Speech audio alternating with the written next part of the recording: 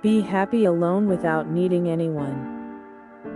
There is a quiet fear that lives inside many people, the fear of being alone. Not everyone dares to admit it, yet it seeps into every behavior, every habit, every moment we pick up our phones just to scroll without awareness, every relationship we cling to not because of love, but because of the fear of emptiness.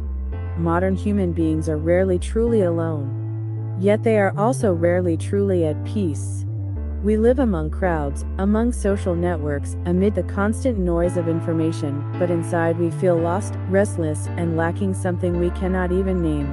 We look for others to fill the emptiness, seek attention to confirm our worth, and chase entertainment to escape the sense of hollowness.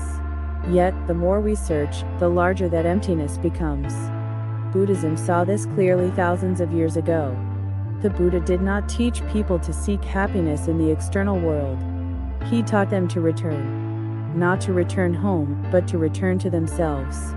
Because happiness has never resided in other people. It has always been within us, but it is obscured by fear, attachment, and ignorance. This essay is a slow journey, guiding you through Buddhist wisdom on how to be happy when you are alone, not as a form of isolation, but as a return.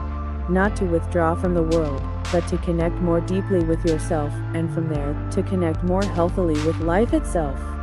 1. Happiness does not come from others, it is cultivated from within. Most human suffering does not come from circumstances, but from misunderstandings about happiness. We grow up in a society that teaches us happiness comes from being loved. Worth comes from being recognized. Peace comes from having someone beside us. Therefore, when we are alone, we feel lacking. Lacking validation. Lacking a voice. Lacking the feeling that I matter to someone. But Buddhism points to a very different truth. Everything that comes from the outside is impermanent. If you place your happiness in the hands of others, you also place your suffering there. People may leave. Their emotions may change. Their attention may disappear. But your mind, if understood and cared for, can become the most stable refuge you will ever have. The Buddha taught, mind precedes all phenomena. Mind is their chief, they are all mind-made. This means that happiness or suffering does not come from circumstances, but from the way we perceive and relate to those circumstances. When you are alone, there is no one to distract you from yourself. And that is not a loss, it is an opportunity. An opportunity to clearly see what you are thinking, what you are afraid of, what you are running from. Only when you dare to be alone do you begin to understand yourself. And only when you understand yourself can true happiness arise. 2. Changing the perspective. Solitude is not a punishment, it is strength. Society often assigns a negative meaning to solitude. Being alone is seen as failure. Having no one beside you is seen as a lack of value. But Buddhism views solitude through an entirely different lens. Solitude is not the absence of people. Solitude is the absence of companionship with oneself. You can be surrounded by crowds and still be alone. And you can be alone and still feel complete. When you are alone, you possess something very rare, inner space. A space to listen to yourself without being influenced by expectations, comparisons, or judgments. In that stillness, you begin to hear very honest voices. Suppressed exhaustion. Unacknowledged sadness. Forgotten dreams. At first, this silence may feel uncomfortable, because the mind has grown accustomed to noise. But if you do not run away, silence becomes a teacher. A person who can be alone without panic is someone who has built inner strength. They do not need validation to feel whole. They do not fear abandonment because they do not abandon themselves. That is why Buddhism sees resting in solitude as strength, not weakness. 3. Creating a personal universe where you truly live. Many people fear being alone because they do not know what to do with themselves. Not because solitude is empty, but because their inner life is empty. Buddhism teaches that the mind has limitless potential. But if it is not nurtured, it becomes barren. Being alone is an opportunity to build a personal universe. A rich, deep, and meaningful inner life. That universe does not have to be grand. It can be A book that makes you reflect. A silent morning tea. A habit of writing a few lines each night. A short meditation before sleep. These small things, when done with mindfulness, nourish the mind little by little.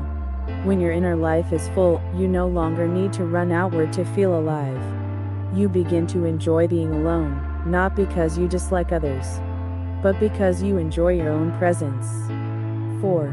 Deep dialogue with yourself, the most important relationship of a lifetime. Human beings talk to others constantly, yet very few truly talk to themselves. When alone, instead of filling the space with entertainment, Buddhism encourages us to turn inward and ask profound questions. What truly makes me happy? What am I afraid of? What values am I living by? What am I chasing that is not truly me? This is not anxious analysis, but listening with compassion. Meditation and journaling are two powerful tools in this process.